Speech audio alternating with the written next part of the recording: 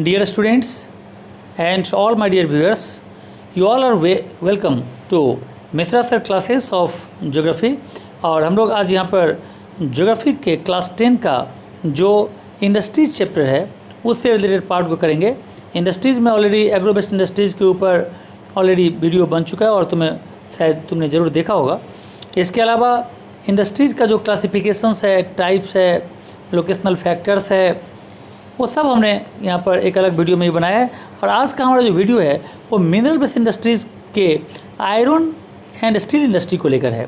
So iron steel industry में कितने type के होते हैं, क्या इम्पोर्टेंस है इसका, वो सब हम लोग यहाँ पर देखेंगे। यानी आयरन स्टील इंडस्ट्री के बारे में ये वीडियो है। वैसे तो आयरन स्टील इंडस्ट्री को आमतौर पर it is known as the key industries या इसको बेसिक इंडस्ट्रीज भी कहते हैं, इसको मदर इंडस्ट्रीज भी कहते हैं। की इंडस्ट्रीज़, बेसिक इंडस्ट्रीज़ या मदर इंडस्ट्रीज़ के नाम से भी इसको हम आमतौर पर जानते हैं। And it forms the backbone of the industrial economy. ऐसा क्यों कहते हैं, इसे हम मदर इंडस्ट्री क्यों कहते हैं आयरन स्टील इंडस्ट्री को? Because it is the backbone of the industrial economy of our country. क्योंकि जितने भी इम्पोर्टेंट इंडस्ट्रीज होते हैं, जैसे ऑटोमोबाइल इंडस्ट्री की बात करें, जैसे हम लोकोमोटिव्स की बात करें, जैसे हम रेल ट्रैक्स की बात करें, शिप बिल्डिंग की बात करें, मशीन टूल्स की बात करें या डिफेंस इक्विपमेंट बनाने की बात करें, तो जहाँ कहीं भी कुछ भी बात करें तो हमें आयरन स्टील का काम पड़ता ही पड़ता है। इसीलिए इसके बिना किसी भी तरह का कोई इंडस्ट्रियल डेवलपमेंट पॉसिबल नहीं होगा। और मैं तो कहता हूँ अभी आज के ज़माने में एग्रीकल्चर डेवलपमेंट भी पॉसिबल नहीं होगा। तो इंडस्ट्रियल और एग्रीकल्चर दोनों डेवलपमेंट आयरन के ऊपर ही डिपेंड है। आयरन स्टील इंडस्ट्री सब के लिए इम्पोर्टेंट होता है। जहाँ तक आयरन स्टील इंडस्ट्री का सवाल है, अगर इसकी हम बात करें तो पहला आयरन स्टील इंडस्ट्री इंडिया में स्टार्ट हुआ था 1875 में, जब ब्रिटिश रूल था। लेकिन इसका जो रियल डेवलपमेंट है वो तब हुआ जब 1907 में टाटा आयरन स्टील कंपनी यहाँ पर बनाया गया, इस्टेब्लिश किया गया जमशेदपुर में। और जमशेदपुर देखा जाए तो यानी वैसे तो प्राइवेट कंपनी है ये, लेकिन ये सर जमशेद जी टाटा के द्वारा 1907 में इसकी स्थापना की गई। और इसीलिए यहाँ पर जो टाटा है इसको आमतौर पर father of modern industrial India भी कहा जाता है। Jamsetji Tata is also known as the father of modern industrial India. और इन्हीं के नाम पर जमशेदपुर का शहर भी बसा हुआ है। जमशेद जी टाटा के नाम पर 1907 में ये इस्टेब्लिश हुआ था। उस टाइम में ब्रिटिश रूल ही था। आयरन स्टील इंडस्ट्री के बारे में अगर और बात करें तो एक्चुअली प्राइवेट और पब्लिक दोनों इसको कंट्रोल करती है। यानी it is controlled by both private sector and public sector. आमतौर पर यानी जहाँ तक इंटीग्रेटेड स्टील प्लांट की बात है, काफ़ी प्लांट्स हमारे देश में हैं, लेकिन 6 प्लांट्स तो खासतौर पर बहुत ही यानी वाइटल है। और जिसमें से एक प्लांट जो है ये टाटा आयरन स्टील कंपनी जो जमशेदपुर वाली है, यही सिर्फ प्राइवेट है और बाकी सभी गवर्नमेंट की कंपनी है। जैसे यानी भिलाई की कंपनी, इसके बाद बोकारो की कंपनी, दुर्गापुर, विश्वेश्वरैया, आनंद, इसके बाद Indian iron steel company Burnpur. तो ये सारे के सारे जो चीज़ें हैं ये सभी गवर्नमेंट के द्वारा कंट्रोल किया जाता है। यानी सिर्फ only private is Tata iron steel company.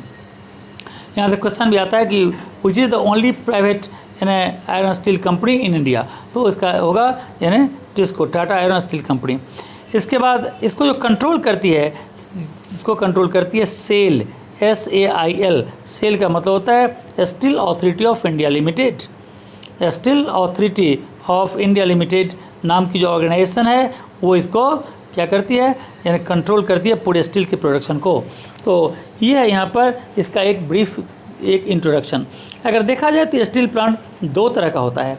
एक होता है इंटीग्रेटेड स्टील प्लांट और दूसरा होता है मिनी स्टील प्लांट। तो हमारा फोकस आज के इस वीडियो में इस दोनों को समझाने का है और दोनों में क्या डिफरेंस है उसको भी जानने का है। अगर हम पहले इंटीग्रेटेड स्टील प्लांट की बात करते हैं, steel plants whose various process of iron and steel making. Iron steel making का बहुत सारा प्रोसेस है, ऐसी आयरन नहीं बन जाता, कई प्रोसेस को गुजरना पड़ता है, जिसमें आमतौर पर 2-3 प्रोसेस का मेन है। जैसे smelting of iron ore in blast furnace. Blast furnace में आयरन ओर को स्मेल्ट करना, इसके अलावा कोक मेकिंग, इसके अलावा कास्टिंग इनगॉट्स, इसके बाद rolling and shaping into blooms, इसके बाद बिलेट्स, वेरियस स्ट्रक्चरल जो सीट्स होता है are done in one unit. ये सारा काम जब एक ही जगह पर होता है, ये सारे के सारे जो प्रोसेस हैं वो जगह एक ही जगह पर होता है, उसको हम बोलते हैं इंटीग्रेटेड स्टील प्लांट। और जो सारा प्रोसेस अलग अलग जगह पर होता है तो उसको हम बोलते हैं mini steel plant. Integrated steel plants use raw materials like iron ore. ये जो रॉ मटेरियल का यूज़ करती है उसमें iron ore, coal, manganese, limestone ये आमतौर पर यहाँ पर ज़्यादा होता है और यानी ये इंटीग्रेटेड स्टील प्लांट बनाने के लिए यूज़ किया जाता है। हमारे देश में जो मेजर इंटीग्रेटेड स्टील प्लांट है इसका नाम मैंने पहले भी लिया है, जैसे Bhilai steel plant in India, yes ये भिलाई में है छत्तीसगढ़ में। बोकारो स्टील प्लांट ये बोकारो में है झारखंड में। दुर्गापुर स्टील प्लांट जो दुर्गापुर में है वेस्ट बंगाल में। इसके अलावा राउरकेला स्टील प्लांट जो राउरकेला में है उड़ीसा में। विश्वेश्वरैया स्टील प्लांट जो आमतौर पर यानी भद्रावती में कर्नाटका में। Tata iron steel company Jamshedpur Jharkhand में है। तो ये सब इम्पोर्टेंट प्लांट्स हैं जो यानी इंटीग्रेटेड स्टील प्लांट के रूप में यूज़ किया जाता है। अगर हम देखें तो इंटीग्रेटेड स्टील प्लांट का बहुत सारा एडवांटेज है। देखते हैं इसका 3-4 एडवांटेज लर्न करना पड़ेगा। Integrated steel plant employ large number of people. पहला एडवांटेज है कि इसमें बहुत लोगों को एम्प्लॉयमेंट मिलता है। A large number of people are employed here and hence contribute in a big way in solving the problem of unemployment. और इस तरह से ये अनएम्प्लॉयमेंट के एक बहुत बड़े प्रॉब्लम को सॉल्व करता है, यानी अनएम्प्लॉयमेंट का प्रॉब्लम यहाँ से सॉल्व होता है। दूसरा जो इसका एडवांटेज है वो ये है कि integrated steel plant are located in a mineral rich zone. आमतौर पर इस फैक्ट्री को मिनरल रिच जोन में ही लगाया जाता है, खासतौर पर north east of Indian peninsula. तीसरा है it caters to the needs of engineering automobiles. Engineering के नीड्स को, ऑटोमोबाइल्स के नीड को या contribution in the domestic and international market में जो कंट्रीब्यूशन है उस सबको ये उसकी भरपाई करता है। तो ये सारे के सारे चीज़ जो हैं वो इसके एडवांटेज के रूप में यहाँ पर लिए जाते हैं। अब यहाँ पर तो ये था पूरा का पूरा इंटीग्रेटेड स्टील प्लांट के बारे में। हम लोग यहाँ पर मिनी स्टील प्लांट के बारे में देखेंगे। मिनी स्टील प्लांट एक ऐसा स्टील प्लांट होता है जो आमतौर पर चीपली अवेलेबल जो स्क्रैप आयरन होता है उस स्क्रैप आयरन का यूज़ करता है। स्क्रैप आयरन को आमतौर पर इलेक्ट्रिक जो आर्क फर्नेंसेज है उस फर्नेंस में डाला जाता है जिससे कि स्टील बनाया जाता है रोलिंग करके, और बाद में इसको और भी कई प्रोडक्ट्स बनाए जाते हैं।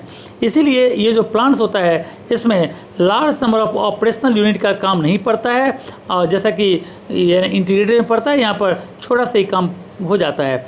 ये आमतौर पर जो ये लोकल नीड्स को पूरा करता है, लोकल मार्केट की ज़रूरत को पूरा करता है, इसीलिए ये बहुत कम आइटम बनाता है, जैसे stainless steel, alloy steel, mild steel वगैरह का बनाता है। तो हेल्प इससे हमारा जो लाभ है वो कंजर्वेशन ऑफ कोल भी इसका एक बहुत बड़ा एडवांटेज है। तो कई एडवांटेज हैं, हम इसको यहाँ पर एडवांटेज को हम लोग यहाँ पर देखेंगे और इसमें डिफरेंस को भी देखेंगे। सबसे पहले हम यहाँ पर मिनी स्टील प्लांट के यानी सिस्टमेटिकली कुछ एडवांटेज को देखते हैं। तो पहला एडवांटेज का ये कहें तो ये कह सकते हैं कि ये स्क्रैप आयरन का यूज़ करता है जो इजीली अवेलेबल हो जाता है और कंपेरेटिवली चीपर होता है। दूसरा ये हैवी इसमें हैवी कैपिटल इन्वेस्टमेंट का दरकार नहीं पड़ता। तीसरा ये पॉल्यूशन क्रिएट नहीं करता क्योंकि इसमें इलेक्ट्रिसिटी यूज किया जाता है फर्नेंस में। और ये चौथा एडवांटेज है ये प्रोड्यूस स्पेशल स्टील, ये स्पेशल स्टील प्रोड्यूस करता है। और पांचवा है इसको कहीं भी जगह पर किसी भी जगह पर हम लोग इसको यानी सेटअप कर सकते हैं at any convenient place as they do not need huge infrastructure, क्योंकि इसमें बहुत बड़ा इंफ्रास्ट्रक्चर का दरकार नहीं पड़ता।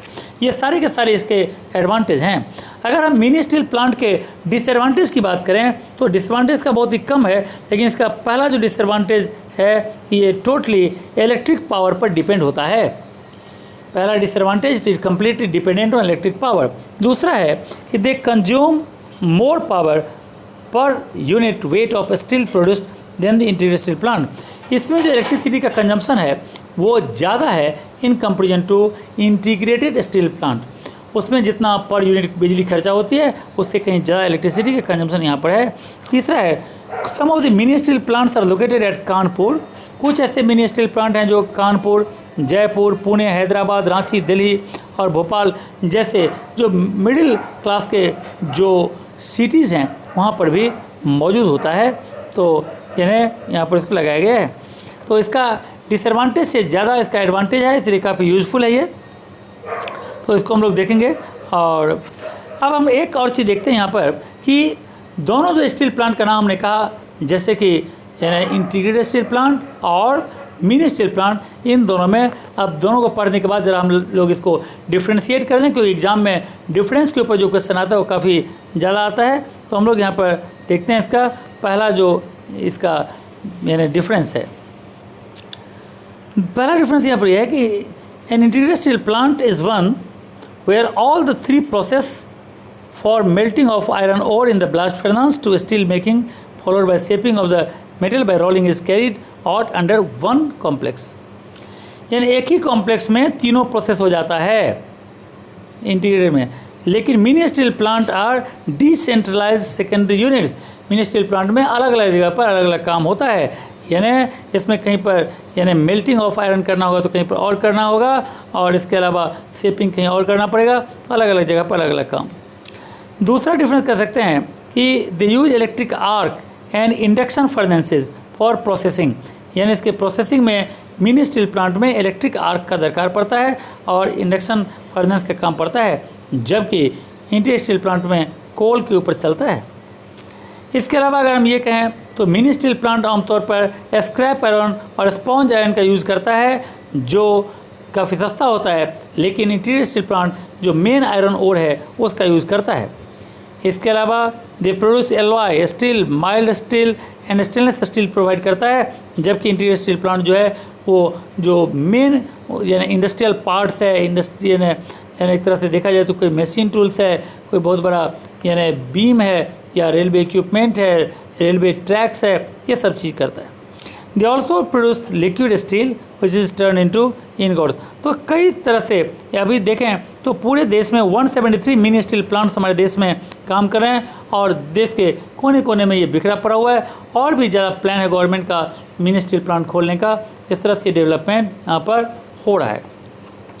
तो ये था हमारा ऑल अबाउट यानी किसके बारे में, तो जो हमारा मिनरल वेस्ट इंडस्ट्रीज़ में जो आयरन स्टील इंडस्ट्री के ऊपर जो पार्ट था, उसमें हमने देखा कि किस तरह से ये हमें यानी आयरन स्टील कंपनी का जो इंट्रोडक्शन है, कैसे इसका स्टार्टिंग हुआ, इसके लिए क्या मटेरियल लगता है, इसके लिए कौन सा कितने टाइप का होता है, कि दोनों में क्या डिफरेंस है, सामने देखा। अब हम लोग अपने नेक्स्ट वीडियो में हम लोग देखेंगे यहाँ पर कि कितने टाइप का जो इंडस्ट्रीज़ है यानी आयरन स्टील इंडस्ट्री, उसमें किस किस चीज़ में का कौन कौन सा फेवरेबल फैक्टर्स है।